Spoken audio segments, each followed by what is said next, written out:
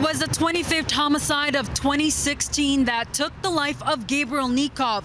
5 loud bangs reportedly heard near Yonge and Bloor, where the 18-year-old was rushed to hospital without vital signs after getting struck by bullets. Good evening. I'm here at Yonge and Bloor, where on Thursday, exactly 1 year after Gabriel's death, his mom will be hosting a vigil in memory of her son. And now she's saying his violent death is also the reason why she's taking on gun violence here in our city. But she's not doing it alone. Joining that cause are 2 other moms who have a tragic loss in common. Together, they form a group they hope no other parent would become a member of. I'm so happy that I have them, you know, because they truly understand, you know, their mothers, they lost their child. Try and heal again and then you stop. Nancy, Kelly, and Brenda are 3 moms who've lived through unimaginable tragedies. Their sons, Gabriel Nikov, Justin Bokma, and Quinn Taylor, each died in 3 different shootings in Toronto in 2016. And they have names. My son is Gabriel Konstantin Nikov. He's not number 24 of 2016.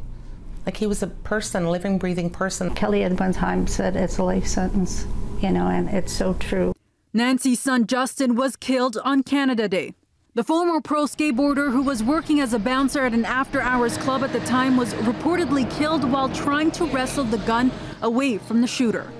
Double side. In January, Brenda McIntyre learned her 29-year-old son Quinn Taylor was gunned down in an early morning shooting in Chinatown. He was a loving and passionate father. Us as just as mothers who have lost our sons and our kids, not just losing a child, which is painful enough, but losing a child to brutal violence.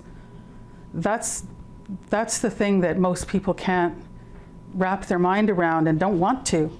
The woman found solace in this unlikely friendship that first started at a homicide survivors group.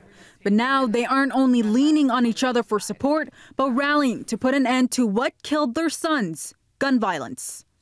We keep hearing that they're doing things, but it just can't be enough because it's happening so often.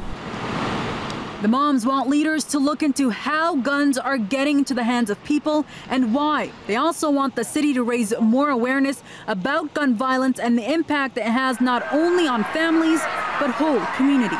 It has to be everybody, the mayor, Mark Saunders, the federal government, everybody has to take a look at it, a hard look at it.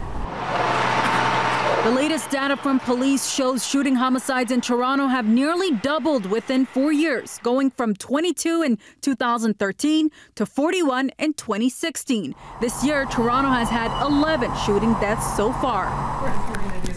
But these grieving moms aren't restricting their efforts to Toronto. Kelly has plans to visit Ottawa to ask leaders to get involved at the federal level. Go in the fall on a bus with moms and people to Parliament, and you know, before then we have a lot of work to do. Homicide survivors group.